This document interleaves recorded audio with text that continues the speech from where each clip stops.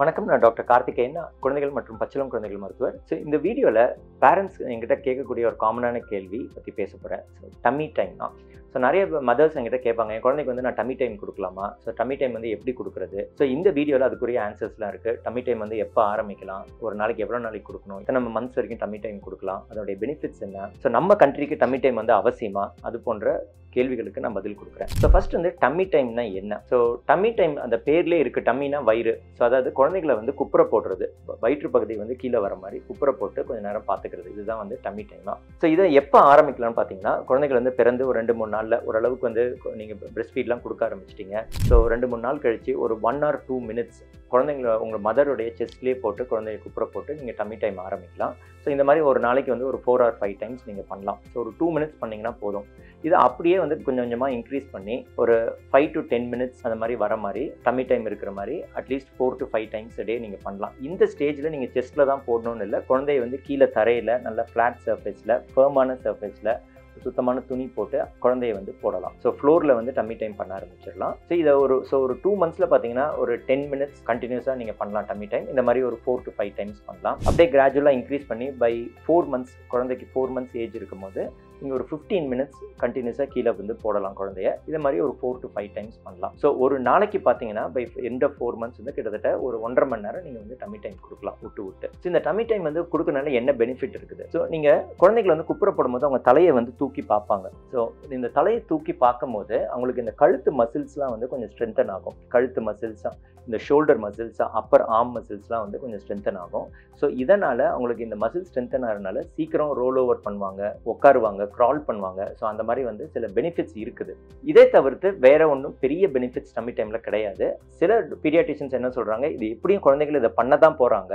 அவங்க வந்து குழந்தைகள் வந்து நார்மல் குழந்தைகள் வந்து உட்கார தான் போகிறாங்க, க்ரால் பண்ண தான் போகிறாங்க. அது டம்மி டைம் கொடுத்து தான் அதை வந்து ட்ரெயின் பண்ணணும்னு அவசியம் இல்லைன்னு ஒரு கருத்து இருக்குது. பட் இப்போதைக்கு டம்மி டைம் கொடுக்கறதுனால வரக்கூடிய பெனிஃபிட்ஸ் இதுதான். இதை தவிர்த்து ஒரு முக்கியமான பெனிஃபிட் சொல்கிறது வந்து, இப்போ நீங்கள் குழந்தைங்க வந்து நார்மலாக இப்படி மல்லாக்கா போட்டிருக்கீங்க, ஃப்ளாட்டாக போட்டிருக்கீங்கன்னா, குழந்தை அதாவது சீலிங்கை ஃபேஸ் பண்ணியிருந்தாங்கன்னா அவங்க தலை வந்து தரையில் பட்டுக்கிட்டே இருக்கும். ஸோ நிறைய குழந்தைங்களுக்கு அந்த தலை ஷேப் வந்து மாற ஆரம்பிச்சிடும். தலையோட பின்பக்கம் கொஞ்சம் ஃப்ளாட் ஆகும், இல்லாட்டி ஒரு சைடு திரும்பி படுக்கிறதுனால ஒரு பக்கம் வந்து அமுங்கி இருக்கும், ஒரு பக்கம் வந்து வெளியில் வர மாதிரி இருக்கும். ஸோ இந்த மாதிரி பிரச்சனைகள்லாம் இருக்குது. ஸோ டம்மி டைம் கொடுக்கறதுனால இந்த ஹெட் ஷேப் வந்து ரொம்ப வந்து மாறாமல் பார்த்துக்கலாம். ஸோ அப்படின்னு ஒரு கருத்து இருக்குது. என்னை பொறுத்த வரைக்கும் டம்மி டைம் வந்து இந்தியாவில் ரொம்ப இம்பார்ட்டன்ட் கிடையாது. அதுக்கு என்ன ரீசன்னு சொல்கிறேன். இது வந்து வெஸ்டர்ன் கண்ட்ரீஸில் இது ரொம்ப வந்து காமனான கான்செப்ட் டம்மி டைம். இதுக்கு ஒரு மெயின் ரீசன், ஒரு 20 அல்லது 30 வருஷங்களுக்கு முன்னாடி குழந்தைகள் வந்து திடீர்னு வந்து இறக்க ஆரம்பிச்சாங்க வெஸ்டர்ன் கண்ட்ரீஸில். அதாவது குழந்தைங்களை வந்து குப்புரெல்லாம் போட்டு படுக்க வைக்கும் போது அவங்களுக்கு மூச்சு திணறி, மூக்கு வந்து அழுந்தி மூச்சு திணறி இறக்க ஆரம்பிச்சாங்க. இதுக்கு வந்து SIDS, அதாவது SIDS, சடன் இன்ஃபென்ட் டெத் சிண்ட்ரோம்னு சொல்லி ஒரு லேபிள் ஒன்று வச்சாங்க.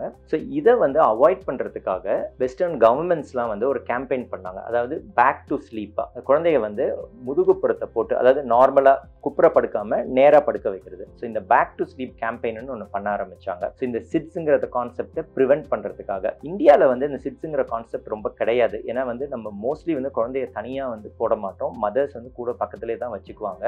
ஸோ அதனால் வந்து திடீர்னு வந்து இறந்து போகிறதுக்கு வாய்ப்புலாம் வந்து வெகுவாக குறைவு இந்தியன் சினாரியோவில். ஸோ அதனால் நம்ம ரொம்ப பயப்பட வேண்டாம். டம்மி டைம் கொடுத்தா தான் நமக்கு வந்து குழந்தைங்களுக்கு சேஃப்னு கிடையாது. ரெண்டாவது பார்த்தீங்கன்னா, நம்ம வந்து பெற்றோர்கள் மட்டும் குழந்தைய இங்கே வளர்க்குறது இல்லை. இந்தியாவில் நிறைய வந்து கிராண்ட் பேரண்ட்ஸ் வந்து இன்வால்வ் ஆவாங்க, ரிலேட்டிவ்ஸ் வந்து இன்வால்வ் ஆவாங்க. ஸோ குழந்தை வந்து ஒரு 2 மாதம் ஆகுனா கூட குழந்தைய தூக்கி வச்சுக்க ஆரம்பிச்சிருவாங்க. ஸோ கண்டினியூஸாக வந்து கீழே போட மாட்டாங்க. வேற வெஸ்டர்ன் கண்ட்ரீஸில் பார்த்தீங்கன்னா அவங்க வந்து தனியாக ஒரு காட்டில் வந்து போடுவாங்க, இல்லாட்டி வெளியில் தூக்கிட்டு போகும்போது ஒரு கேரியரில் வந்து குழந்தைய தூக்கி வச்சுட்டு போவாங்க. ஒரு கார் சீட்டோ இல்லாட்டி கேரியரோ வந்து தூக்கி வச்சுட்டு போவாங்க, இல்லாட்டி பவுன்சர்ஸில் வைப்பாங்க.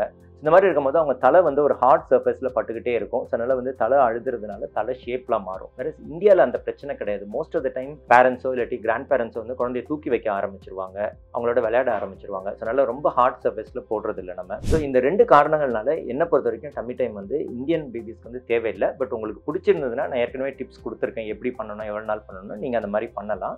இது எவ்வளோ நாள் பண்ணலான்னா, கிட்டத்தட்ட குழந்தைகள் ரோல் ஓவர் பண்ணுவாங்க. அதாவது ஒரு 5-6 months வந்து குழந்தைகள் குப்புற அடிக்குவாங்க, குப்புற அடித்து திருப்பி இந்த பக்கம் டர்ன் பண்ணிக்குவாங்க. ஸோ அது வரைக்கும் நீங்கள் வந்து டம்மி டைம் தாராளமாக பண்ணலாம். ஒன்ஸ் அதை அந்த ரோல் ஓவர் பண்ண ஆரம்பிச்சிட்டாங்கன்னா டம்மி டைம் பண்ணணும்னு அவசியம் கிடையாது. ஸோ அடுத்தது நீங்கள் கேட்கலாம், டாக்டர் நீங்கள் டம்மி டைம் இந்தியன் பேபிஸ்க்கு தேவையில்லைன்னு சொல்கிறீங்க, பட் அந்த ஹெட் ஷேப்லாம் வந்து கொஞ்சம் கஷ்டமாக இருக்குது, சில சமயம் இப்படி மாறுது, கொஞ்சம் அழுத்துது, அது என்ன பண்ணலாம்னு சொல்லி அதுக்கு சில டிப்ஸ்லாம் நான் கொடுக்குறேன். ஃபார் எக்ஸாம்பிள், இப்போ நீங்கள் வந்து ஒரு காட்டில் வந்து நீங்கள் போடுறீங்க பேபியனை. இப்போ நீங்கள் கொஞ்ச நாள் நீங்கள் வந்து பேபியை வந்து இந்த டைரக்ஷனில் போடலாம், தலை எங்கேயும் கால் இந்த பக்கமும் போடலாம். கொஞ்ச நாள் கழிச்சு இந்த காட்டில் டைரக்ஷனை நீங்கள் பேபியோட டைரக்ஷனை மாற்றிக்கிங்க, தலையை இந்த பக்கம் போட்டு காலை இந்த பக்கம் வைங்க, இல்லாட்டி இப்படி வைங்க. அப்போ வந்து பேபிஸ் வந்து தலை வேற டைரக்ஷனில் திருப்புவாங்க. ஸோ அந்த தலை ஒரு பக்கமே அழுந்திட்டு இருக்காது. அடுத்த டிப் பார்த்தீங்கன்னா, நீங்கள் அந்த காட்டோடைய லொக்கேஷனையே வந்து வேற வேற டைரக்ஷனில் நீங்கள் ரூம்ஸில் வந்து போட்டுக்கலாம். ஸோ நீங்கள் வேற வேற இடத்துல போடும் போது யூஸ்வலாக குழந்தைகள் வந்து ஒரு பிரைட் லைட்டையோ டியூப் லைட் இல்லாட்டி ஃபேனையோ பார்ப்பாங்க. ஸோ இப்போ நீங்கள் காட் லொக்கேஷன் வேற வேற இடத்துல போடும் போது கண்டிப்பாக வந்து உங்களுக்கு குழந்தைகள் வந்து தலையை திருப்பி வேற வேற இடத்த பார்ப்பாங்க. ஸோ ஒரே இடம் அழுந்தாது.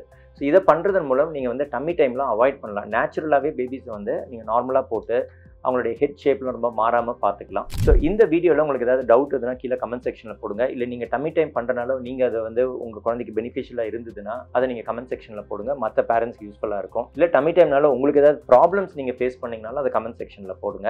மற்ற பேரண்ட்ஸ்க்கு அந்த எக்ஸ்பீரியன்ஸ் வந்து அதை பார்த்து கொஞ்சம் கற்றுக்குவாங்க. ஸோ இந்த வீடியோ வந்து பிடிச்சதுன்னா லைக் பண்ணுங்கள், ஷேர் பண்ணுங்கள். இந்த மாதிரி நிறைய ஹெல்த் ரிலேட்டட் வீடியோஸ் போட்டுட்ருப்போம். எங்கள் சேனலுக்கு சப்ஸ்கிரைப் பண்ணுங்கள். நன்றி, வணக்கம்மா.